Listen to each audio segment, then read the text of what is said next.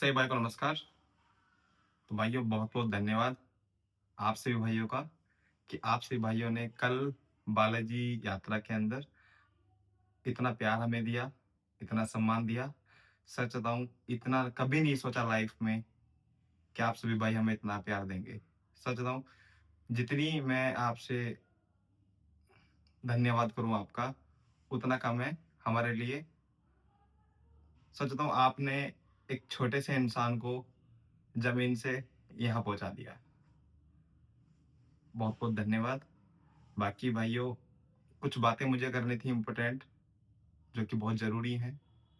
जैसे कि आपको पता था कि कल हम बालाजी यात्रा के अंदर कसाना जी भी हमारे साथ में थे और हम भी थे और भी बहुत सारे डीजे थे। तो हमने अपना डीजे लगा के रखा था और बजा रहे थे हम लोग।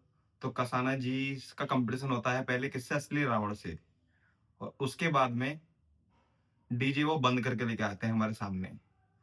मुझे पता है बंद करने का रीज़न आपका सिर्फ़ इतना ही था, क्योंकि आगे शगुन खड़ा है और अगर हम उसको कंटिन्यू बजाते हुए लेके जाएँगे, तो मजबूरन हमें कॉम्पिटिशन करना पड़ जाएगा।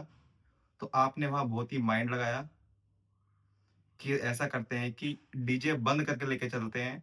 इससे क्या होगा, बेइज़्ज़ती जो होगी 25 से 30% होगी। अगर बजा के लेके जाएँगे और कॉम्पिटिशन हो गया तरीके से, तो बेइज़्ज़ती 100% होगी। तो उसमें वो आपने बहुत अच्छा किया, कॉम्पिटिशन ना करके, राइट? और फिर उसके बावजूद आगे चलते हैं। तो हमारा डीजे जो होता है, वो होता है दूसरी तरफ और आपका होता है दूसरी तरफ। तो इसमें क्या होता है कि डीजे बजते हुए चल रहे होते हैं और आपका बज रहा होता है। अचानक से आपकी माइकिंग स्टार्ट हो जाती है और जैसे कि सभी को वहाँ पर पता थी, मुझे कहने की ज़रूरत नहीं है किसका डीजे ने कैसा परफ़ॉर्मेंस किया, क्योंकि हम कभी अपनी तारीफ़ खुद से नहीं करते। और आप जो कसम खा रहे थे बालाजी यात्रा की, कि बालाजी की कसम, आप इतनी कसम क्यों खाते हो? मत खाया करो इतनी कसम। सेम मैंने देखा उ मोटो मेला के अंदर, आप बर्मन के सामने किसकी कसम खा रहे हो? जगन्नाथ जी की कसम। जबकि एक तरफ़ा बर्मन ने आपको पूरा पेला था एक तरह से। मैं खुद लाइव वहाँ पर था। मैंने खुद वहाँ पर कॉम्पिटिशन देखा, क्योंकि मोटो मेला के अंदर मैं भी गया था। क्योंकि आप सोशल मीडिया पर लोगों का बेवकूफ़ बना सकते हो, ग्राउंड लेवल पर नहीं। और मुझे याद है, मैंने एक वीडियो देखी थी, डाल्टनगंज के अंदर पिछले साल राजन कटेरी के सामने आपने कसम खाई, बाबा राम जी की कसम। मतलब मैंने देखा है कि आप हर मेले के अंदर कसम ही क्यों खाते हो? कसम तो ऐसा खाते हो जैसे दाल-चावल खा रहे हो हम। तो कसाना जी, ऐसे कसम मत खाया करो। और सबको पता थी वहाँ मेले के अंदर किसने कैसा परफ़ॉर्मेंस किया बालाजी यात्रा के अंदर। आपको इतना पता चल चुका है कि जब डीजे ना बजे, तो माइकिंग करना स्टार्ट कर दो। और आपने क्या बोला बर्मन म्यूज़िक के लिए कि 8 बेस में मैं पूरा हमारे 8 बेस सेट आपके पूरे डीजे को पेल देगी। वो बर्मन म्यूज़िक है। बर्मन म्यूज़िक मैंने लाइव सुना है। वो इतना दमदार सेटअप बजा रहा था ना, अगर आपसे कॉम्पिटिशन उसका हो जाता चूड़ाकुटी के अंदर, उस डीजे ने आपका पूरी रात वेट किया और हमने खुद 6 बजे तक आपका वेट किया। हम जिस चौराहे पे कॉम्पिटिशन होता है, उस चौराहे पर हम आ चुके थे रात को 2 बजे और आप आए हो 6 बजे उस चौराहे पर। मुझे पता है अगर आप पहले आ जाते, तो कॉम्पिटिशन हो जाता। तो इसलिए आपने दिमाग क्या लगाया? बीच में फँसने का दिमाग दिमाग लगाया कि डीजे पीछे फँस गया था, आने की दिक्कत। तो समझ रहे हैं हम आपकी फीलिंग। चूड़ाकुटी के अंदर आप बोल रहे थे कि आपने हमसे आके मना किया। यार इतना झूठ मत बोला करो प्लीज़। डरा करो ऊपर वाले से। आपको खुद को पता है। यहाँ तक कि और मेरे पास एक लड़का आया था, जो आपका सूरज नाम का लड़का है, वो मेरे पास खुद बोला कि हिमांशु भाई, इधर से कसाना जी आ रहे हैं तो थोड़ा-सा देख लेना आप। दोनों ही आप यूपी के सेटअप हो। मैं चलो ठीक है।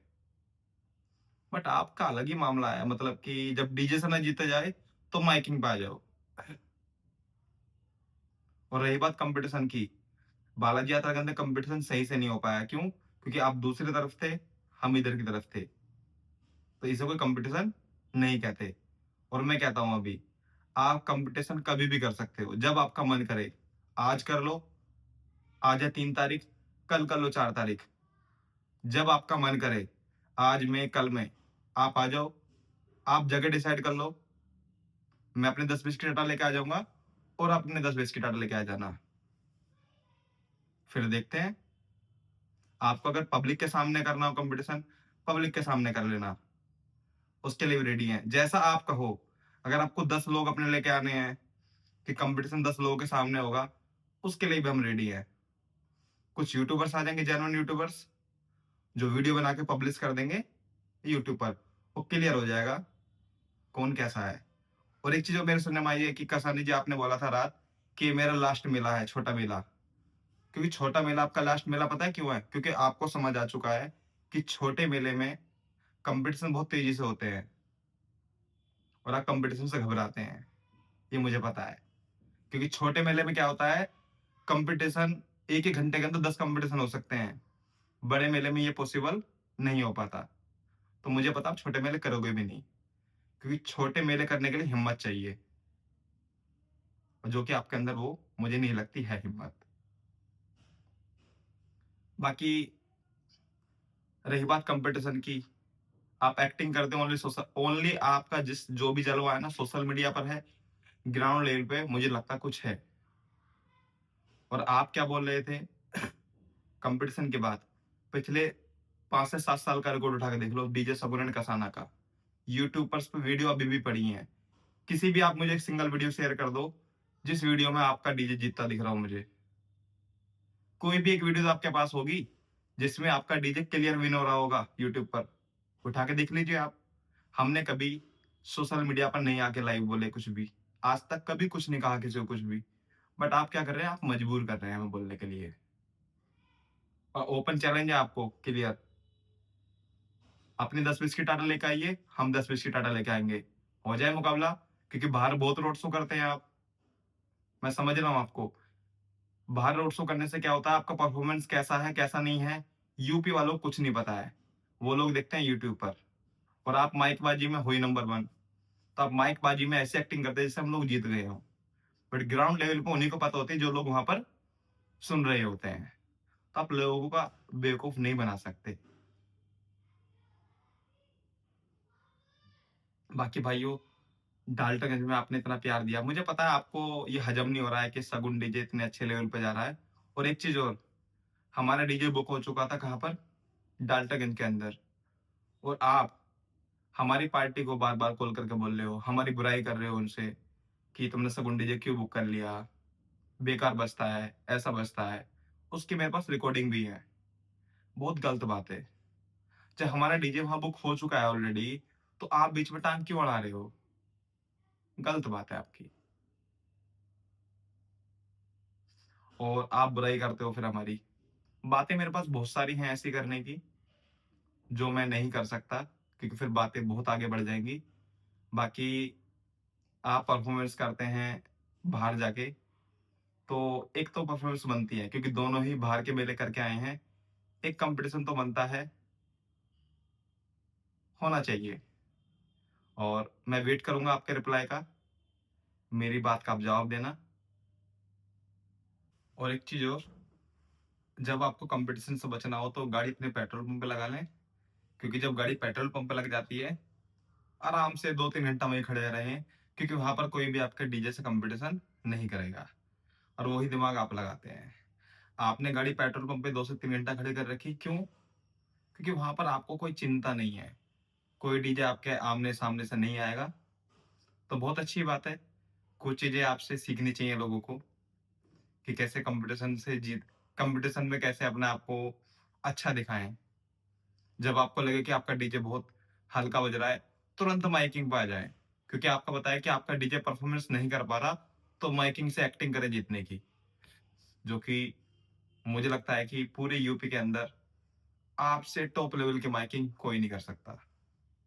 और माइकिंग आप खुद से क्या करें ना, आप दूसरे भाई का सहारा ले लेते हैं। मुझे पता है आप कमज़ोर पड़ जाते हैं माइकिंग में कभी-कभी, तो इसलिए आप दूसरे भाई की हेल्प ले लेते हैं। बाकी मैं अब क्या बोलूँ मैं, डर तो आपके अंदर क्लियर नज़र आता है, क्लियर। आपको खतरा है कि कहीं सगुन डीजे, मैं क्या बोलूँ अब, इतना नहीं बोलना चाहता मैं, कि ज़्यादा आगे बातें बढ़ें। बाकी कसाना जी, अगर कोई मेरी बात गलत है ना, आप ना मुझे डायरेक्टली कॉल कर सकते हैं कि हिमांशु भाई आपने गलत बोल दी, क्योंकि मैं बिल्कुल सही इंसान हूँ और मैं अपनी बात 1000 लोगों के सामने कर सकता हूँ। अगर मेरी आप एक बात को गलत प्रूफ कर दो, बट बाकी कसम मत खाया करो जब हारने लग जाओ आप, ठीक है? तो लोगों का बेवकूफ़ मत बनाओ सोशल मीडिया पर। ग्राउंड लेवल पे रिपोर्ट देखो अपने आप की खुद की, आपकी कैसी रिपोर्ट है। बाकी मुझे उम्मीद है कि आप जल्दी रिप्लाई करेंगे मेरे को। 2 दिन के अंदर कंप्लीशन हो जाना चाहिए। मैं तय कर रहा हूँ कि आज अपने शाम को गाज़ियाबाद के अंदर एक बहुत ही शानदार, भव्य, विशाल श्री बालाजी यात्रा निकाली जा रही है, जिसमें अपने श्री जी डीजे वाले जो यात्रा निकालते हैं। तो कोई नहीं, उसमें चलते हैं, ठीक है? आप अपने टाटा लेके आओ, हम भी लेके आते हैं। क्यों ना वहाँ भाईचारे में हो जाए कॉम्पिटिशन। मुझे पता आप नहीं आओगे, क्योंकि वहाँ आ रही है कम से कम 60 से 70 टाटा, और मुझे पता है कि 60 से 70 टाटा आ रही हैं, वहाँ ऐसी जगह आप एंट्री नहीं करते। क्योंकि पता है, जो बना बनाया नाम है ना, कहीं वो ढीला ना पड़ जाए। बाकी डाल्टनगंज में भैया ने बहुत प्यार दिया, और जो भाई डाल्टनगंज के अंदर सेटअप सुनने आए होंगे हमारा, मुझे पता है पूरा दीवाना हो गए होंगे। बाकी भाइयों ऐसे ही प्यार बनाते रहें, और डीजे शगुन आपको हमेशा ऐसे ही आगे बढ़ता दिखेगा और आपकी उम्मीदों पर खरा उतरेगा। और मेरी अगर कोई बात बुरी लगी हो, उसको मैं दिल से सॉरी बोलना चाहता हूँ, क्योंकि मेरा मकसद कोई कंट्रोवर्सी करना नहीं होता है, बट आप मुझे मजबूर कर देते हैं। आपने देखा होगा कि हम कभी भी कंट्रोवर्सी नहीं करते हैं। आपको एक वीडियो मैं अपलोड करूँगा अभी इंस्टाग्राम पर, आज शाम को, 16 बेस वर्सेस 40 बेस। आपको 16 बेस से हमने 2023 के अंदर एक तरफ़ा किया है। वो कभी मैंने पर्सनल वीडियो नहीं डाली ना, बट आपने रात में वीडियो एक अपलोड की जिसमें शगुन लिखा चूड़ा-कुटी को लेकर, ठीक है? अब हम भी चुप नहीं रहेंगे, ठीक है? आप बोलते हो, बोलना हमें भी आता है, बट आप बड़े हो, उम्र में बहुत ज़्यादा बड़े हो, हमारे पापा की उम्र के हो, तो आपके मुँह से ऐसे शब्द बिल्कुल भी आपको शोभा नहीं देते, और एक एडवोकेट हो आप, तो आपके अंदर जो आपकी लैंग्वेज है ना, थोड़ी-सी उसको सुधारिए। माइकिंग कम, काम ज़्यादा करिए। अच्छा रहेगा आपके लिए। बाकी आप बहुत अच्छा कर रहे हैं। थोड़ा-सा बस काम में बदल लेके आइए बस। थोड़ा अपडेट की नीड है आपको, और वरना फिर हमें बताइए, हम आपको अपडेट करते हैं। क्यों टेंशन ले रहे हो? हम आपके साथ हैं। बहुत-बहुत धन्यवाद।